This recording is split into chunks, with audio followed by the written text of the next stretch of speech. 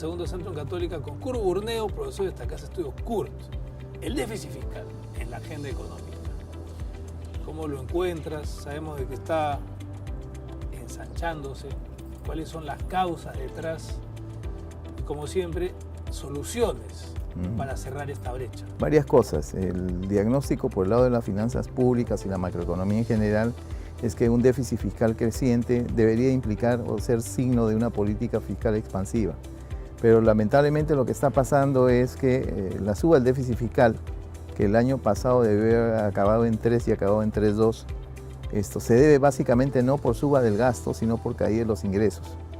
E incluso si uno mira al interior de lo que está pasando con gastos e ingresos, los ingresos permanentes están reduciendo su participación porcentual y en el caso, por ejemplo, del gasto, está aumentando la participación del gasto inercial o gasto rígido. ¿Por qué los ingresos están cayendo? En primer lugar, digamos, por el tema del tipo o la composición del Producto Bruto Interno, tal como se está decantando en los últimos meses, por ejemplo, donde la presencia de lo que es el sector minero es importante porque ha habido alguna recuperación, digamos, de metales. El problema es que la minería es una actividad altamente intensiva en capital y no en mano de obra. Entonces el problema que estamos viendo es que a nivel de la economía urbana el empleo no está creciendo a las tasas que se quisiera, por ejemplo, y las remuneraciones tampoco. Eso afecta, por ejemplo, el lado del consumo privado, que como tú sabes, explica casi el 65%, por ejemplo, del Producto Bruto Interno. Y detrás de eso están los temas de los créditos. La cartera pesada se está incrementando, pero básicamente porque la gente está perdiendo su puesto de trabajo y o no se están dando incrementos salariales. Entonces tienes un problema ahí de caída de los ingresos permanentes importante. La otra cosa, digamos, es que frente a ello, plantear un conjunto de medidas que busquen reversar la caída de la presión tributaria en general. Esto lleva tiempo. Y entonces yo he sugerido, por ejemplo, que se puedan pensar en medidas de carácter administrativo. Si te acuerdas, por ejemplo, en el año 2003, 2004, cuando salieron los regímenes, por ejemplo, de retenciones o percepciones.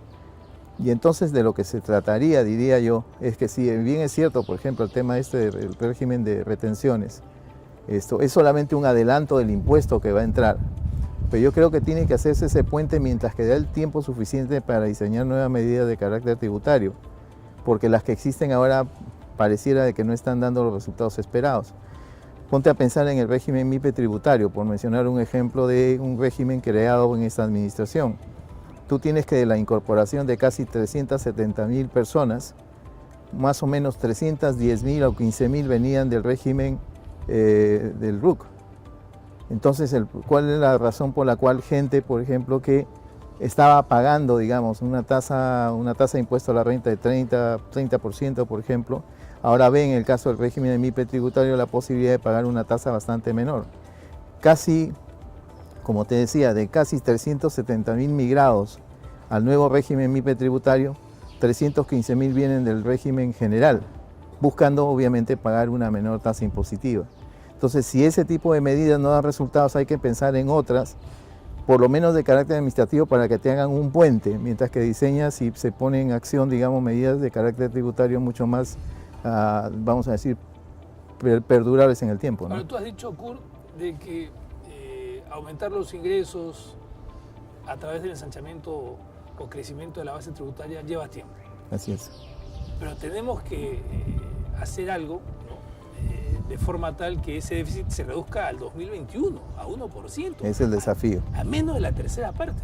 Con Entonces, varios detalles. ¿cuáles son esos detalles? Mira, de acuerdo a las predicciones del marco macroeconómico, este año debemos de acabar con un déficit de 3,5. Como tú bien señalas, el problema es cómo llegar a un déficit del 1% establecido para el año 2021, en un contexto como el que acabamos de describir.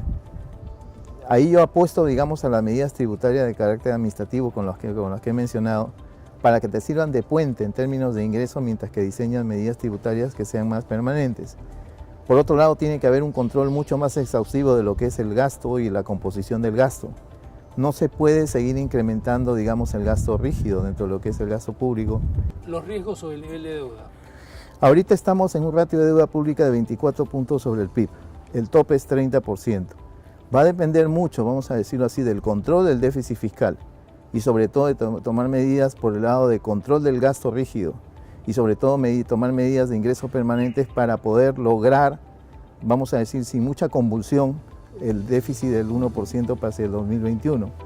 Todo depende de las decisiones que se tomen hoy. O sea, insisto una vez más, mirar el tema de impuestos, medidas tributarias administrativas para tener una suerte de puente de ingresos y controlar el gasto rígido me parece que son fundamentales si es que realmente se está apuntando a tener un déficit de 1% para el 2021. Kurt Burneo, haciendo observaciones con relación al déficit fiscal, subrayando la reducción que existe sobre los ingresos públicos y lanzando soluciones de corto plazo de forma tal que se llegue al objetivo de 1% de déficit al bicentenario. Lo dijo en 360 segundos de Centrum Católico.